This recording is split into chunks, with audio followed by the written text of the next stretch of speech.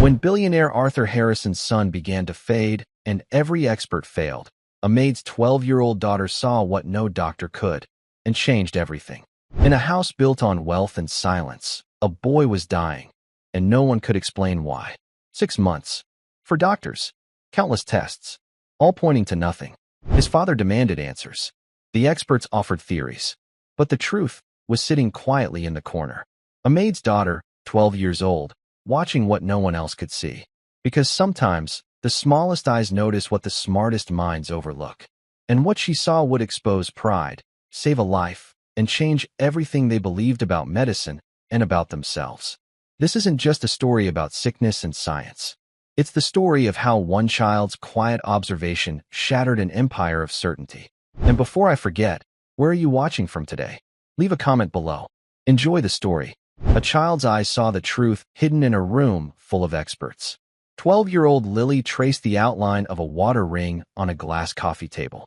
Her mother had missed it, which almost never happened. This giant house, all glass and cold white stone, was her mother's biggest job, and her mother, Sarah, never missed a spot. Lily wasn't supposed to be here. Not in the main atrium, anyway. She was supposed to be in the staff kitchen, finishing her homework. But her mother was working late again. The owner of the house, the billionaire Mr. Harrison, had doctors visiting. Again. Lily, away from the glass, Sarah whispered. Her voice was sharp, tired. Do not touch anything. Do not make a sound. I'm not. Lily whispered back, pulling her hand away. She tucked her blonde hair behind her ears. She knew the rule. Be invisible. A maid's daughter was even less than a maid. She was a ghost. She was just furniture that breathed. From their corner by the service hallway, Lily could see into the massive living area. It looked like a hospital ward. For doctors in dark suits stood around a long, white sofa. They spoke in low, serious voices. Arthur Harrison stood with them. He was a tall man who always looked like he was about to break something. His face was gray with worry. He wasn't looking at the doctors. He was staring at his son. Daniel Harrison, 10 years old, lay on the sofa. He was buried in soft blankets. And Forstan stood beside him, its thin tube taped to his pale, thin arm. A private nurse, a stern-looking woman named Nurse Miller, watched a blinking monitor. Daniel was always sick. For 6 months, Lily had come here with her mother after school. She had watched the sickness steal the boy. First, he was in a wheelchair. Then, he stayed on the sofa. Now, he barely opened his eyes. The test results are inconclusive, Arthur, said the lead doctor, a man with silver hair named Dr. Evans. The MRIs are clean. The blood work shows inflammation, but we cannot pinpoint the source. We've tested for every autoimmune disorder, every neurological condition. Inconclusive. Mr. Harrison's voice was a low rumble. He's fading. I pay you men a fortune.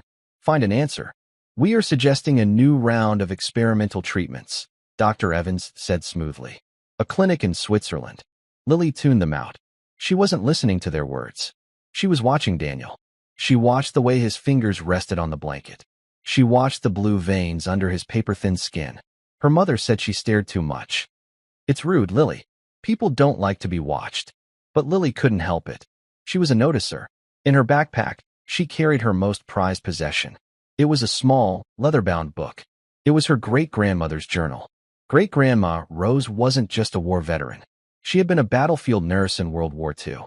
She had served in field hospitals where there were no machines, no tests. All she had were her eyes. Lily had read the journal so many times, she knew parts by heart. The doctors see the fever. They see the wound. Rose had written in faded blue ink. They do not see the way the man's eyes flicker to the left. They do not notice the faint smell of almonds on his breath. They miss the small things. The war is loud, but the truth is almost always quiet. Lily lived by that. She watched for the quiet things.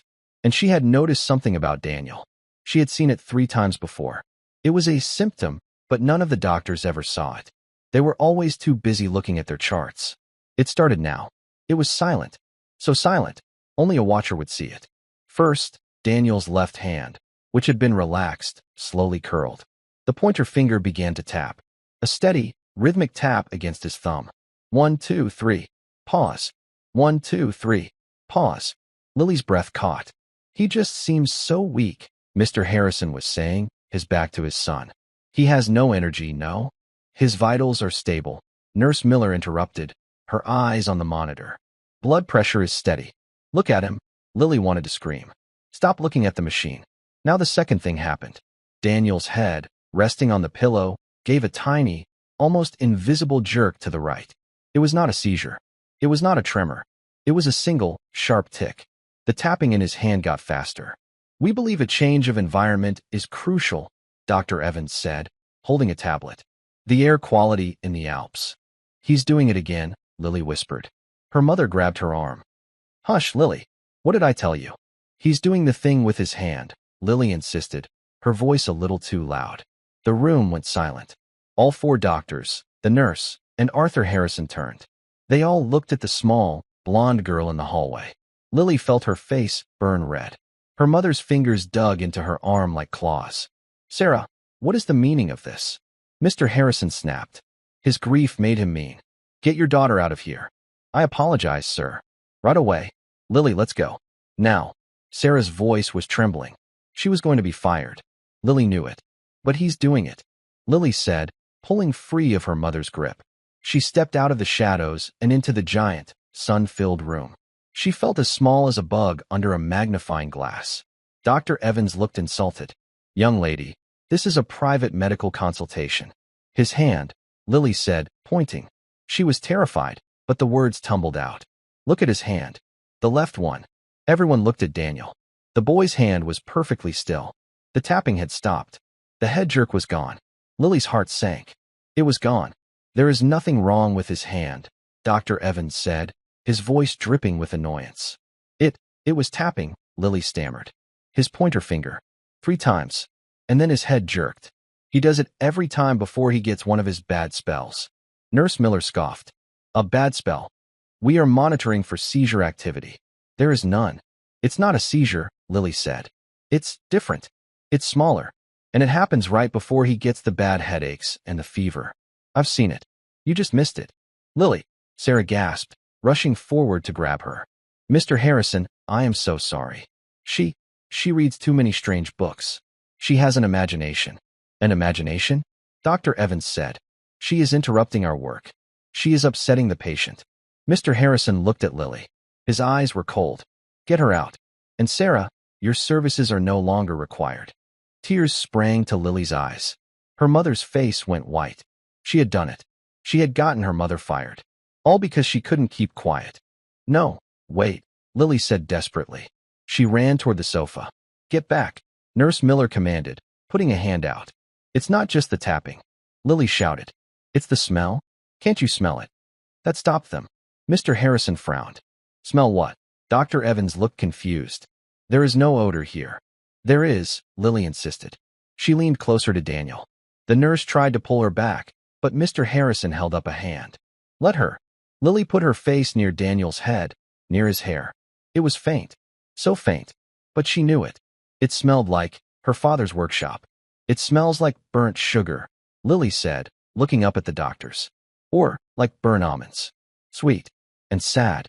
Dr. Evans rolled his eyes. Mr. Harrison, this is absurd. This child is. Wait, Mr. Harrison said. He knelt by the sofa. He leaned close to his son.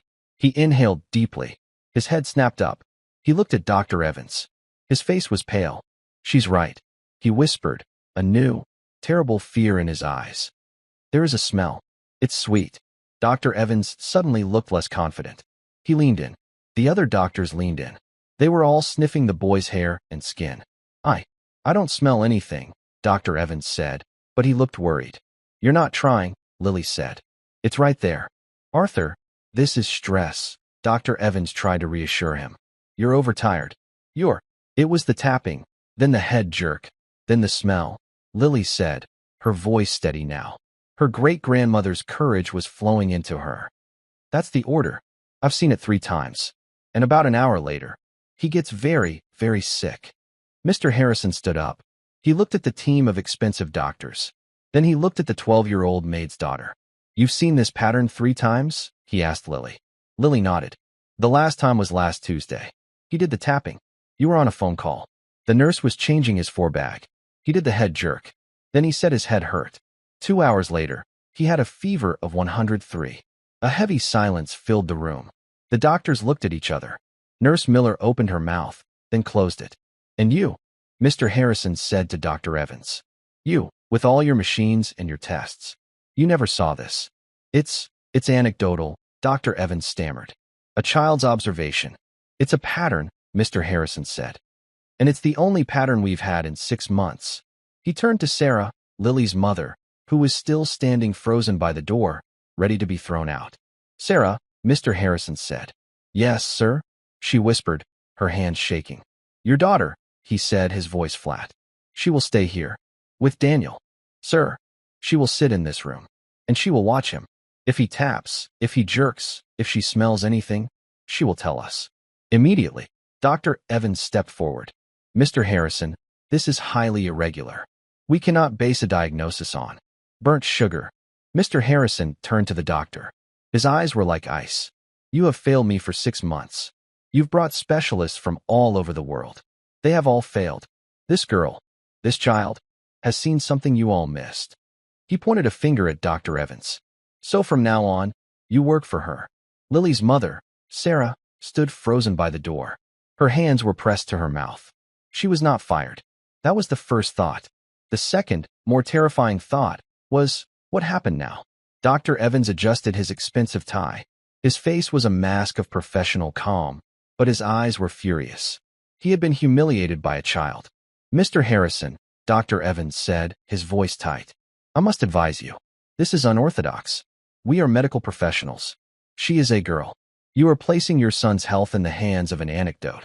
"An anecdote you missed," Harrison replied, his voice dangerously quiet. "You've had 6 months to find something. You found nothing. She found a pattern in one afternoon of watching." He turned to the stern nurse. "Nurse Miller." "Yes, sir," she said, her back rigid. "Get a chair. Place it 6 feet from my son's sofa." "Sir." "Get her a chair," he commanded. "She will not leave this room. Not until I say so." "Sarah," he said, looking at Lily's mother. "Yes, Mr. Harrison," Sarah whispered. "You will report to the head housekeeper, Mrs. Davies. Tell her you and your daughter will be staying. You are on call. Mrs. Davies will arrange a guest suite for you." A guest suite, not a staff room. The line, already blurry, had just been erased. Nurse Miller returned with a heavy upholstered chair. She placed it on the white marble floor with a soft thud. It felt final. Lily looked at her mother. Sarah's eyes were wide with fear. She gave Lily a short, sharp nod, as if to say, "Be brave. Don't speak. Just do as he says." Then, Sarah backed out of the room, disappearing into the service corridor. Lily was alone. She was alone with the billionaire, the angry doctors, the resentful nurse, and the sick boy. "Sit," Mr. Harrison said to Lily. Lily walked over to the chair. It was soft, much nicer than any chair in her own home. She sat on the very edge of it. Her backpack, with her great-grandmother's journal, was still on her back. She didn't dare take it off. "Now," Mr. Harrison said, turning back to the medical team. "You will wait. You will all wait." "Arthur, this is preposterous," Dr. Evans protested. "We have appointments. We have other patients." "Cancel them," Harrison said. "Or send me your bills for the day. I don't care. You are not leaving until you see what she saw." The 3 other doctors looked at each other. They were trapped. They were being paid fortunes to be held hostage by the observation of a 12-year-old. The room fell into a deep, awful silence. The only sounds were the quiet beeps of the medical monitor, the hum of the air conditioning, and the rustle of Dr. Evans's suit as he paced angrily by the floor-to-ceiling windows. Lily did not move. She did not look at the doctors. She looked at Daniel. She watched his face. It was so pale, his eyelashes looked like dark smudges on his skin. She watched his chest. The blanket rose and fell, shallowly, but steadily. She watched his hands. They were still. The war is loud, but the truth is almost always quiet. Great-Grandma Rose's words echoed in her head. Lily tried to pretend she was in that field hospital. She wasn't a maid's daughter. She was a nurse. She was a watcher. She had a job. An hour passed. The sun shifted, and the light in the atrium turned from white to a warmer gold. Nurse Miller checked Daniel's for drip. She took his blood pressure with an automatic cuff. "Vitals remain unchanged, Mr. Harrison," she announced. She glanced at Lily. "No tapping. No smells. He is perfectly stable." Her voice was cold. She was trying to prove Lily was a liar. He's not stable, Lily said. Her voice was small, but clear in the quiet room. He's just waiting. Waiting for what? Dr. Evans scoffed. His next imaginary symptom? It's not imaginary, Lily said, her hands balling into fists in her lap. Lily. Mr. Harrison's voice was sharp. She looked at him. Do not speak unless you see something. Just watch. That is your only job. Yes, sir, she whispered. She understood. She was not a doctor. She was not a person, really. She was a tool. A piece of equipment. She was the Lily monitor. Another 30 minutes crept by. The tension was painful. One of the younger doctors cleared his throat. Dr. Evans, perhaps we should review the latest. Quiet, Mr. Harrison commanded. And then, Lily saw it. She leaned forward. Her heart started to pound. What is it? Harrison demanded, seeing her move. His hand, Lily breathed. His left hand. Look, everyone stared at Daniel's hand. It was happening. The pointer finger. It slowly, deliberately, began to tap against the thumb. 1, 2, 3. Pause. 1, 2, 3. Pause. It was exactly as she had described. It was not a tremor. It was rhythmic. It was specific. My God, Mr. Harrison whispered. He moved closer to the sofa. Dr. Evans stared, his mouth slightly open. He had never seen this. He had only ever seen the reports. The numbers. The charts. It's a focal-aware seizure, Dr. Evans said quickly, recovering himself. A simple partial seizure. It's localized. It's not. Wait, Lily said. The next part. As they all watched, Daniel's head gave that tiny, sharp jerk to the right. A single, muscular tick. That, Lily said. He always does that second. It's part of the same seizure cluster, obviously, Dr. Evans said, but he was watching Daniel with a new, intense focus. Now, Lily said, her voice dropping. The smell. She stood up from her chair and walked the few steps to the sofa.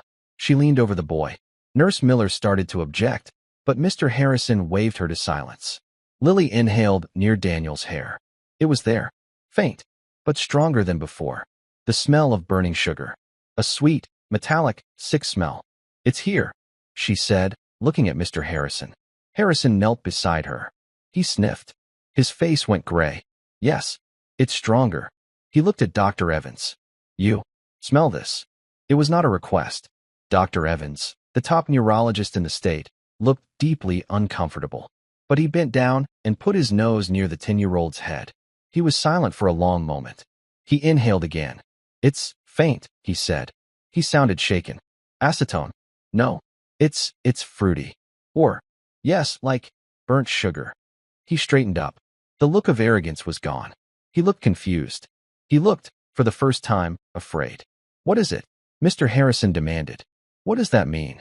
Tapping, a head jerk, and a sweet smell. Dr. Evans looked at his colleagues. They looked just as baffled. I don't know, Dr. Evans admitted. A sweet smell can indicate diabetic ketoacidosis, but his blood sugar is normal. It can be a sign of certain metabolic disorders. But we've tested for those. We've tested for everything. Test again, Harrison ordered. But we don't know what to test for. Dr. Evans said, his frustration rising. This combination of symptoms, it's not in the literature. A focal seizure followed by this specific olfactory, it's not a known syndrome. Then find it, Harrison said. It could be nothing, Nurse Miller said, her voice sharp. It could be the soap. It could be the laundry detergent. It's not, Lily said. It's him. It's coming from him. And how would you know? The nurse snapped. Because, Lily said, it only happens when the tapping starts. The rest of the day, he just smells like a boy. But when he does the tapping, he smells like this. It's like the sickness is coming out. Daniel's eyes flickered open. He moaned.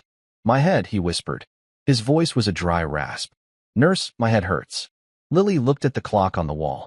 It's starting, she said to Mr. Harrison. Just like last Tuesday. First the tapping. Then the smell. Now the headache. The fever comes next. Mr. Harrison looked at Nurse Miller. His medication. Now.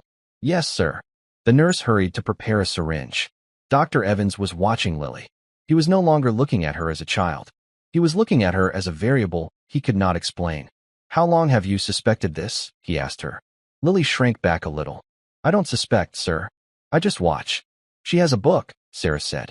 Everyone turned. Lily's mother was standing in the doorway. She held a glass of water for Lily, but she was too scared to enter the room. "Mr. Harrison, sir," Sarah said, her voice shaking. Her great-grandmother. She was a nurse. In the war. She wrote a journal. Lily, she reads it all the time. It taught her to notice things. Mr. Harrison looked at Lily, at the backpack she still wore. "The journal," he said. "Show it to me." Lily's hands went to her backpack straps. She felt like she was being asked to hand over a piece of her own body. That journal was private. It was Rose's. But the most powerful man she had ever met was looking at her. Slowly, she slipped the backpack off her shoulders. She unzipped the main pocket. She pulled out her schoolbooks, her pencil case. And at the bottom, wrapped in a thin piece of cloth, was the small, worn leather book. She walked forward and handed it to Arthur Harrison. He took it. He unwrapped the cloth. He opened the fragile, yellowed pages. The room was silent as he read the elegant, faded script from 1944. He read for a full minute. Then he looked up, not at Lily, but at Dr. Evans.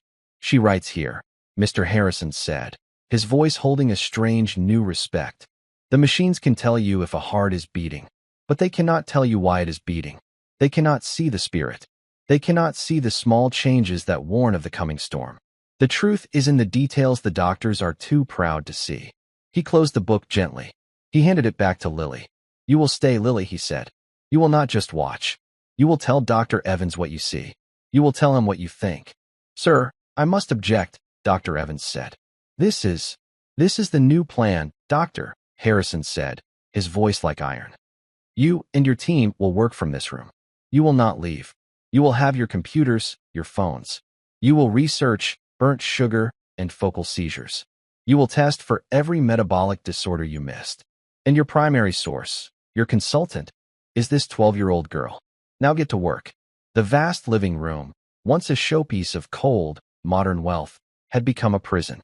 Dr. Evans and his 3 colleagues claimed the giant marble dining table. They opened laptops. They plugged in portable hard drives. They spoke in low, fast voices. Run a full metabolic panel. Again, Dr. Evans ordered one of his team. But this time, flag for all branch-chain amino acids. The smell, that burnt sugar, it's characteristic of one thing. "You're thinking MSUD?" the younger doctor asked. "Of course I'm thinking MSUD," Dr. Evans snapped. "Maple syrup urine disease. It's rare, but the olfactory signal is unmistakable." "But doctor," the third doctor, a woman, interjected, "MSUD is congenital. It presents at birth. The boy is 10. He was healthy until 6 months ago. It doesn't fit the timeline. It's an intermittent variant, perhaps," Dr. Evans argued, "triggered by a virus or stress. It's the only lead we have. Get the lab on the phone. I want a stat sample drawn." Lily sat in her chair. She was 6 feet from Daniel, who had drifted back into a restless, medicated sleep. Mr. Harrison stood by the window, his back to the room. He was a statue made of anger and fear. He listened to the doctors argue. Lily felt a familiar knot in her stomach. Hunger. Fear. It was the feeling she got when she knew her mother was worried about rent. It was the feeling of being small in a world of big, loud, certain people. The doctors were loud. They used words like congenital and amino acids. They sounded smart. They sounded like they knew. Lily looked down at her backpack. She pulled out her great-grandmother's journal. She opened it to a random page. Her finger traced the old, elegant handwriting. The men with the most books are often the last to see the answer. They look for the disease they have read about. They do not look at the patient in the bed. They are hunting for a name, not a cause. Lily looked up. The doctors were hunting for a name. MSUD. Nurse Miller approached the sofa to check Daniel's vitals again. She saw Lily reading the journal. "That's a nice storybook, dear," the nurse said, her voice full of false sweetness. "But you should let the grown-ups handle this. We don't need fairy tales. We need medicine." Lily's face flushed. She closed the journal. "It's not a storybook," she said quietly. "Oh." Nurse Miller smiled, a cold, thin smile. "What is it, then?" "A book of magic spells." "It's my great-grandmother's," Lily said, her voice shaking slightly. She was a nurse. In the war. She saved a lot of people. "The war?" Nurse Miller scoffed. "My goodness. They didn't have antibiotics, did they? They didn't have MRIs. They were basically using leeches and prayers. This is the modern world, child. We have science." She pointed to Dr. Evans. They are ordering a test. For a real disease. With a real name. Something your little book couldn't possibly know.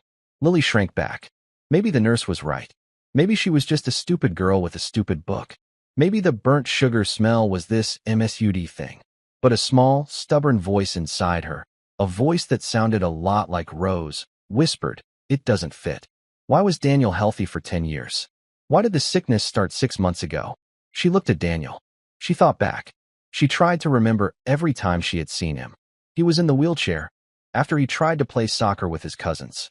He was on the sofa, after he had a physical therapy session. He got the headache last Tuesday, after he spent an hour trying to build a complex Lego tower. A new pattern began to form in her mind. It was not just the tapping, the jerk, and the smell. There was something before the tapping. There was a trigger. While Nurse Miller was drawing a new vial of blood from Daniel's arm, Lily's mother appeared in the doorway. She was carrying a small tray with a sandwich and a glass of milk. She walked timidly into the room. The doctors ignored her. Mr. Harrison glanced at her, then looked away. "Lily, honey," Sarah whispered, holding out the tray. "You have to eat something. It's almost evening." Lily wasn't hungry, but she took the sandwich. "Mom," Lily whispered, "I think I saw something else." "Hush, baby," Sarah said, her eyes darting toward the doctors. She was terrified. "Don't say anything else. You did good. They are working now. Let them work. We shouldn't be here. This is their world." "But they're wrong," Lily whispered. "It doesn't matter if they're wrong." Sarah's voice cracked. "They are doctors. We are the help. Do you understand?" You pointed them to the sofa. "Your job is done.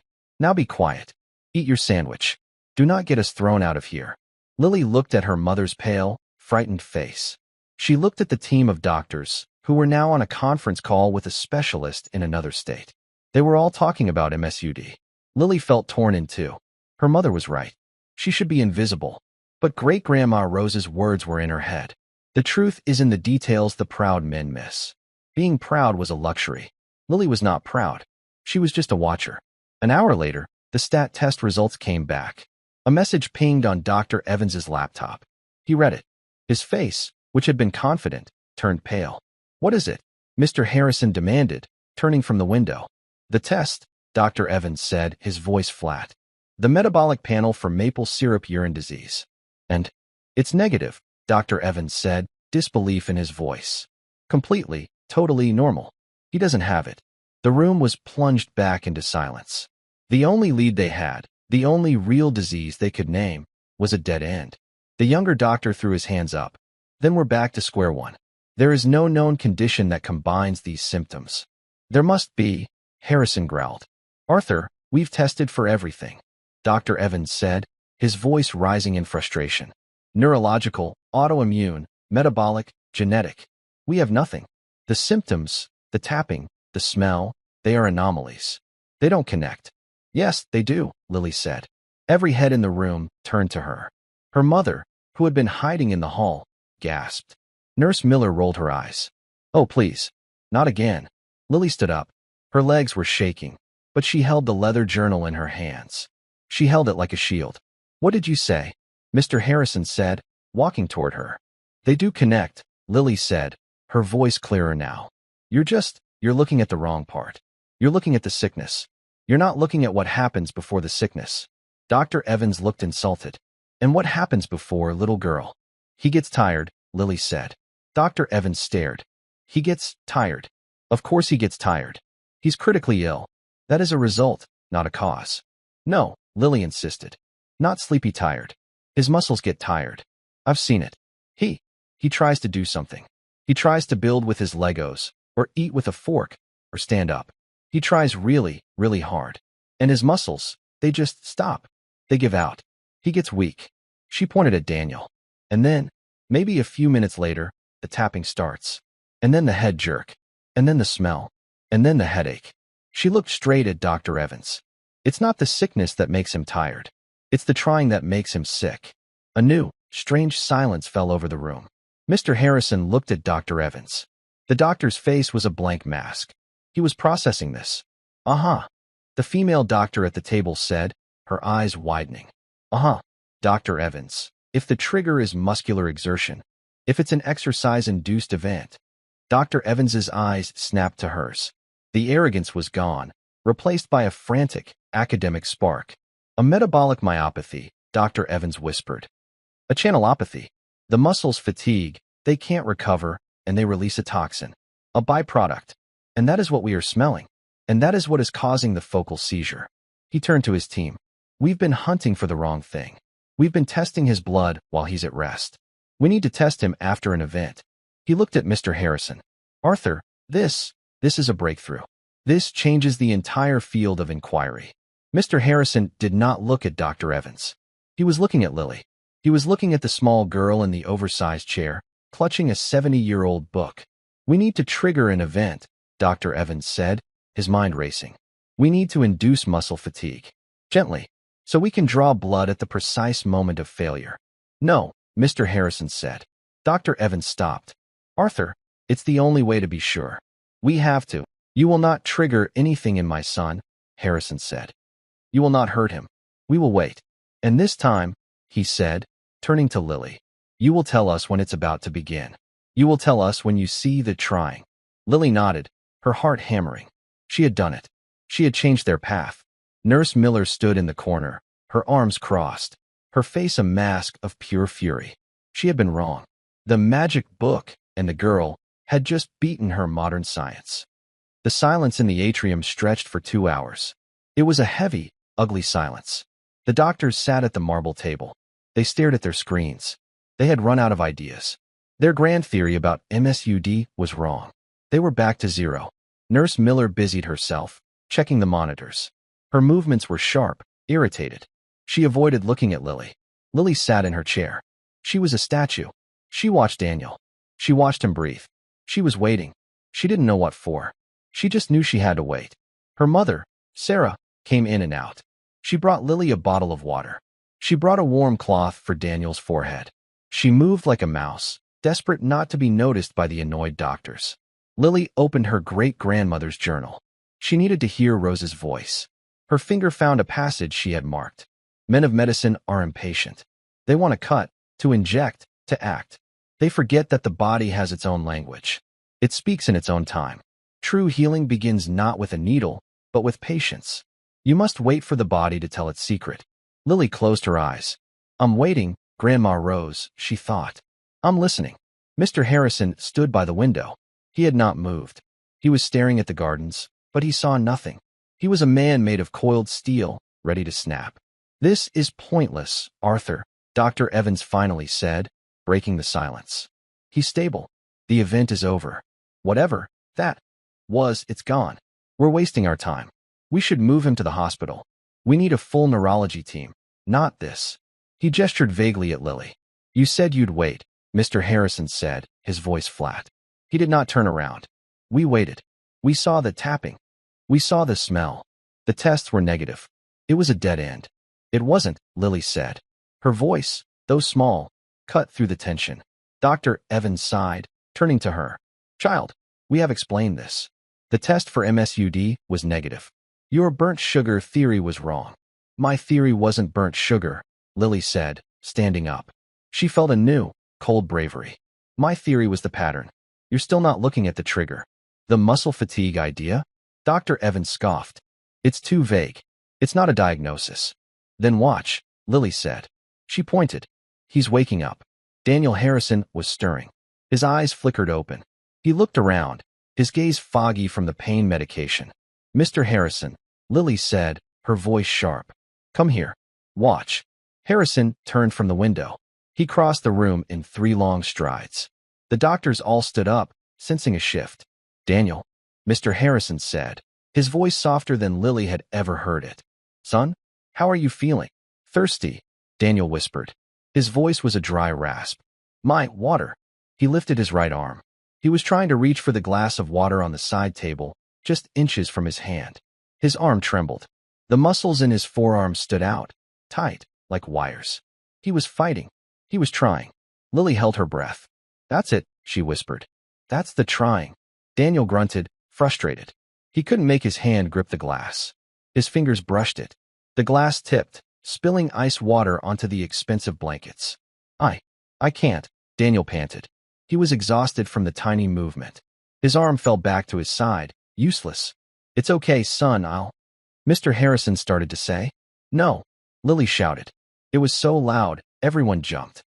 Wait, look at his other hand. They all snapped their gaze to Daniel's left hand, which lay palm up on the sofa. It was starting. The pointer finger, tapping against the thumb. 1, 2, 3. Pause. 1, 2, 3. Pause. There, Lily breathed. It's the trigger. The muscle failure. Now the sickness comes. My God, the female doctor whispered. She's right. As they watched, Daniel's head gave the small, sharp jerk to the right. Dr. Evans was galvanized. He did it. He's repeating the pattern. The smell, Lily said, leaning in. It's starting. It's faint, but it's here. Draw the blood, Mr. Harrison ordered. No, wait. Dr. Evans shouted. He was a different man now. He was a scientist on the edge of discovery. Don't draw it yet. We need to test it during the peak. We need the full-blown event. You said you wouldn't hurt him, Lily accused. I'm not. I'm just waiting for the body to tell its secret, Dr. Evans said, throwing her own words back at her. They waited. The tapping in Daniel's hand got faster. The sweet, burnt sugar smell grew stronger, filling the air around the sofa. Lily could see the faint pulse in Daniel's neck beating too fast. My head, Daniel moaned, his eyes squeezing shut. It hurts bad. Now, Dr. Evans yelled. Nurse Miller, draw the blood. Full panel. Stat. And get the portable analyzer ready. We are testing it here, not at the lab. Nurse Miller rushed forward. Her hands were shaking. She was angry, but she was also a professional. She found the vein. She drew 3 vials of dark red blood. Run it, Dr. Evans commanded his team. The female doctor took the vials to the dining table. She injected the blood into the small, humming machine. The machine that had told them, an hour ago, that everything was normal. The room was electric.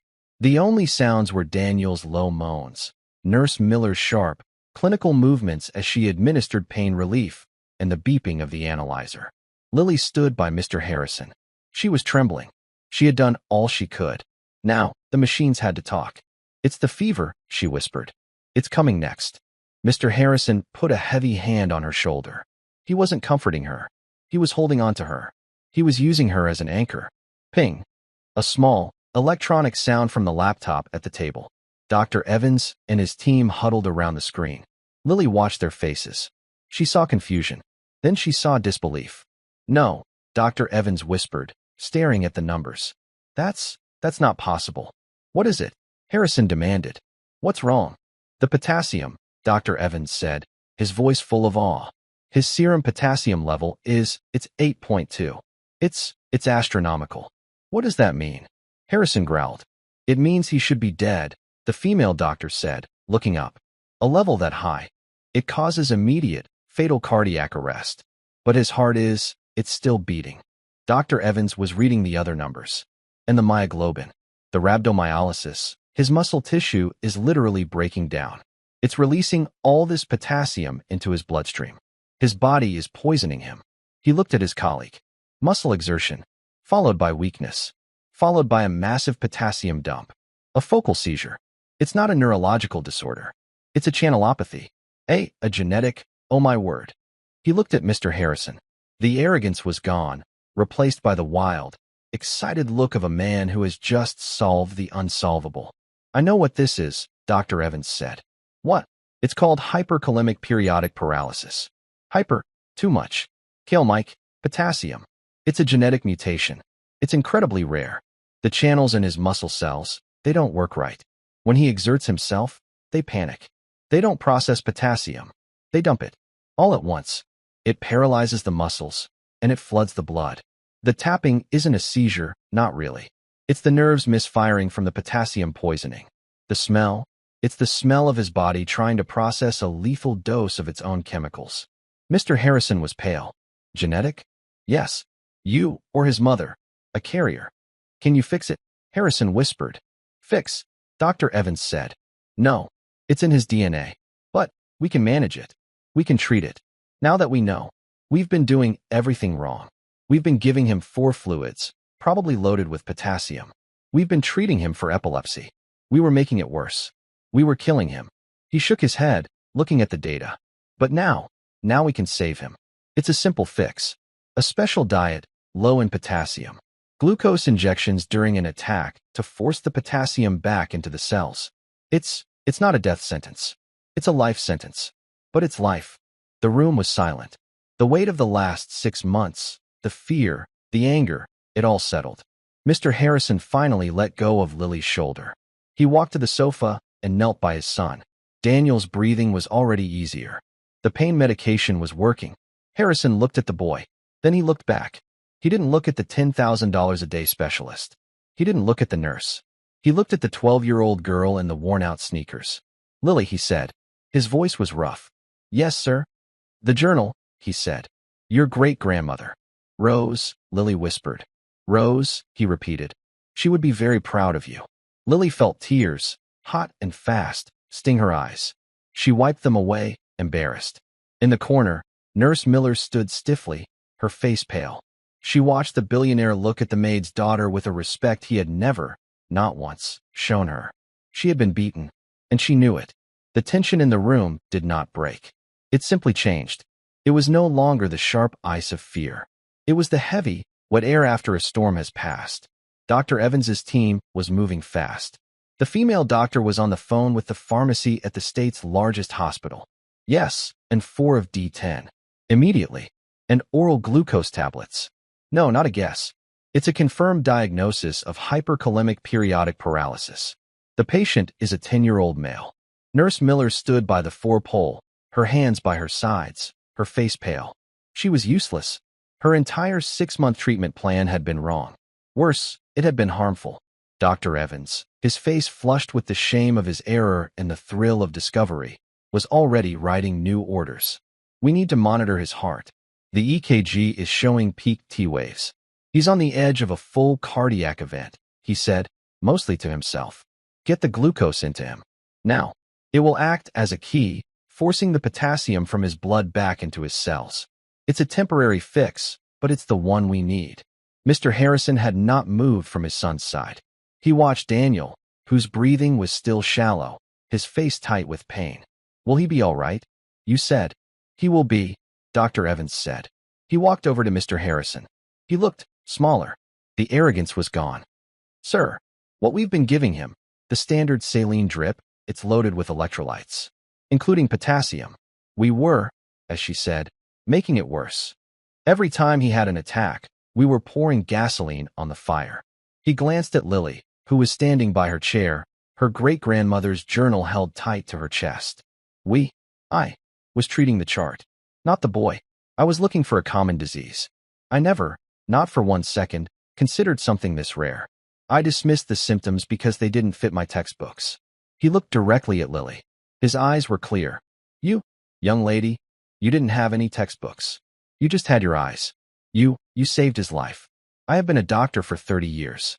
I have never been more wrong. And I have never been more grateful to be proven wrong. He gave her a small, formal bow. Thank you. Lily didn't know what to say. You're welcome, sir. A few minutes later, a new 4-bag was hung. The clear, sugary fluid began to drip into Daniel's arm. The effect was not instant. But after 10 minutes, something remarkable happened. Daniel's breathing deepened. The pained, tight look on his face relaxed. His left hand, which had been curled and tense, went soft. He opened his eyes. He looked at his father. Dad, he whispered. I'm here, son. Mr. Harrison's voice was thick. The headache. It's fading. It's going away. It was the first time in 6 months that the pain had stopped without heavy, mind-numbing medication. Mr. Harrison put his head down on the edge of the sofa, his large shoulders shaking. He was weeping in silence. Lily's mother, Sarah, who was still by the door, put a hand over her own heart. She saw the miracle. She saw the billionaire crying. And she saw her own daughter, standing in the middle of it all, the one who had made it happen. Mr. Harrison composed himself. He stood up. He was once again the man in charge. But something was different. His eyes were not cold. They were clear. He looked past the doctors. He looked straight at Nurse Miller. She flinched. She knew what was coming. Nurse, he said. His voice was quiet. Mr. Harrison, you have been in my employ for 6 months, he said, his voice level. You have been in this room every day. You have watched my son suffer. I followed Dr. Evans's orders. I monitored his vitals. You did, Mr. Harrison interrupted. You did your job, as it was written on a chart. But today, you did something else. You heard this child, he pointed to Lily, offer the truth. You heard her offer a new observation, a vital observation. And what did you do? Nurse Miller was silent. Her face was gray. You scoffed, Mr. Harrison said. You called her book a fairy tale. You told her to let the grown-ups handle it. Your pride, your arrogance, almost cost my son his life. You were more concerned with being right than with him. You are dismissed. Sir, you can't. A car will be ready for you in 10 minutes, he said, turning his back on her. You will leave this house. You will not be given a reference. Now go. Nurse Miller stared at his back. Her lip trembled. She looked at Dr. Evans, who refused to meet her gaze. She looked at Lily. Her eyes were full of a cold, black hatred. Then, she turned, and with as much dignity as she could find, she walked out of the room. She was gone. Mr. Harrison let out a long breath. He turned to Sarah. Sarah, he said. Yes, sir, she whispered, terrified. Your duties as a maid are over. You are, from this moment, my daughter's and my son's guest. Mrs. Davies will move you to the East Wing. You will have the suite overlooking the ocean. You will eat your meals with us. You are family now. Sir, I couldn't, Sarah stammered. I'm the help. You are the mother of the girl who saved my son, Harrison said, as if that explained everything. That is all that matters. Now, please, take your daughter. Get some rest. Both of you. He looked at Lily. I want you here tomorrow, Lily. Not as a watcher. As a friend. Daniel. He's going to need a friend. 3 days passed. The change in the Harrison mansion was total. The house, once cold and silent as a hospital, was now different. There was still a medical presence, but Dr. Evans and his team were consultants, not guards. They were cheerful. They were excited. They were witnessing a recovery they had thought impossible. Daniel was sitting up in his own bed, in his own room. The 4-pole was gone. The monitors were gone. His color was back. Lily sat on the floor of his bedroom. It was a room bigger than her entire apartment. They were playing a game of Go Fish. Got any sevens? Daniel asked. He was smiling. Lily had never seen him smile. Go fish, Lily said, smiling back. You're better at this than my last nurse, Daniel said. She always let me win. That's because she wasn't really playing, Lily said. She was just managing you. But you're not, he said. You're just here. He put his cards down. You know, I heard you. That day. In the big room. Lily looked up. You were awake? Sort of. In and out. I heard the doctors. I heard my dad. And I heard you. They all sounded loud. Angry. Scared. But your voice. He thought for a moment. Your voice was quiet. You sounded like you were just telling the truth. He looked at her. Thank you. You saw me. When they were all looking at the machines, you saw me. Lily's heart felt full. My great-grandma taught me, she said. The one in the book? Lily nodded. She said the truth is almost always quiet. Down the hall, in a luxurious guest suite, Sarah was trying to make her own bed. A housekeeper, a woman she had worked with for a year, rushed in. Mrs. Martinez, please, the housekeeper said, horrified. You must not do that. That is my job. Sarah dropped the sheet. I'm sorry, Maria. I'm not used to this. We are all very happy for you, Sarah, Maria said, her voice sincere. And for your daughter. She is an angel. An angel. What she did, Mr. Harrison has told everyone. Sarah sat on the soft chair. She felt like she was in a dream. She was proud, but she was also terrified. This was not her world. These were not her people. She didn't know how to be a guest. She only knew how to be invisible. That evening, Mr. Harrison asked Sarah and Lily to join him in his study. The study was a room of dark wood, leather, and thousands of books. Mr. Harrison sat behind a desk as big as a car. Please, he said, gesturing to the 2 leather chairs. Lily and Sarah sat. My lawyers have handled Nurse Miller's departure, he said. And Dr. Evans has submitted a very, very large bill, which I have paid, along with a substantial donation to his research hospital. He has also, I should add, co-authored a paper on Daniel's case. Your name, Lily, is in the acknowledgments. Lily's eyes went wide. But that is not why I asked you here, Mr. Harrison said. He opened a desk drawer and took out a checkbook. Sarah, he said, you have lost your job. Because of me. Because of this. I want to compensate you. For your time. for your courage. And 4, well, for everything. He wrote a check and slid it across the desk. Sarah looked at it. Lily looked too. There were so many zeros, Lily's head swam. It was more money than her mother would make in 10 lifetimes. Sarah put her hands in her lap. She pushed the check back. No, sir, she said. Her voice was shaking, but it was firm. Mr. Harrison raised an eyebrow. No, my daughter, Sarah said, finding her words. She didn't do this for money. She did it because it was the right thing to do. Because her great-grandmother taught her to see. We can't take this. Lily looked at her mother. She had never seen this strength in her. Mr. Harrison stared at Sarah for a long, silent moment. A slow smile spread across his face. I was hoping you would say that, he said. He tore the check in half. I am not an easy man, Sarah. But I understand pride. And I understand honor. He folded his hands. So, we will not talk about money. We will talk about history. He looked at Lily. I had my team do some research. About your great-grandmother. Rose. Lily leaned forward. You did? Yes. She was a field nurse in the 36th Evacuation Hospital. In France. 1944, he opened a file. She was, by all accounts, a legend. Just as you said. She was known for noticing things. She diagnosed gas gangrene in a soldier everyone thought was just drunk. She saved an entire ward by identifying a contaminated water source. She was remarkable. I know, Lily whispered. She was. But, Mr. Harrison said, her records are incomplete. She was recommended for the Silver Star, for gallantry in action, a very high honor for a nurse. I never knew that, Sarah said. The recommendation was lost, Mr. Harrison said. The war ended. Paperwork was shuffled. The hero was forgotten, as they so often are. He closed the file. I have connections. In Washington. I am making it my personal project to see that this oversight is corrected. The U.S. Army is going to review her case for a posthumous award. Lily's jaw dropped. And, Mr. Harrison said, I have found something. We found a record of a man she saved. A paratrooper. She sat with him for 72 hours, refusing to let the surgeons amputate his leg. That man, he's 98 years old. He lives in Virginia. And he remembers her name. He's alive. Lily gasped. He is. And he wants to meet the family of the woman who saved his life. Mr. Harrison smiled. I've arranged for my plane to take you both to Virginia next weekend. If you'll accept. Sarah was crying, silent tears running down her face. Lily just nodded, speechless. She was not a maid's daughter. She was not a ghost. She was a hero's great-granddaughter. And, perhaps, she was a little bit of a hero herself. The next weekend, Lily and her mother stepped onto a private jet. It was all cream-colored leather and polished wood. Sarah, Lily's mother, sat rigidly in her seat, clutching her purse. She had never been on a plane before. It's okay, Mom, Lily said.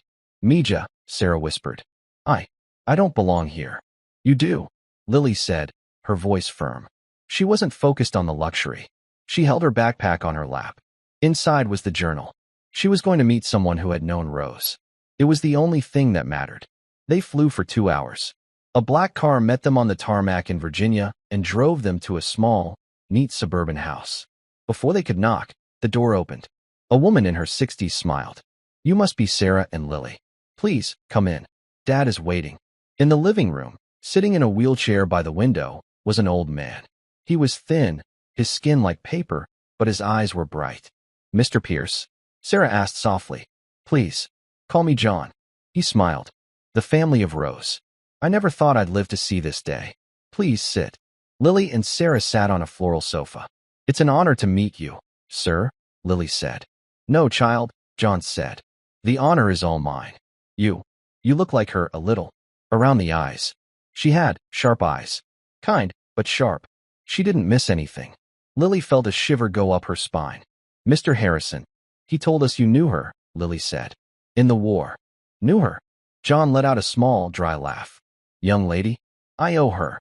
I owe her every day I've had since 1944. He tapped his left leg. Shrapnel, he said, his eyes going distant. The wound was a mess. The surgeon, a major, he said it was gas gangrene. He said, we take the leg, or you're dead in 48 hours. They had the tools laid out. Lily leaned forward. Her mother put a hand to her mouth. I was 19. I was terrified. And then she came in. Your great-grandmother.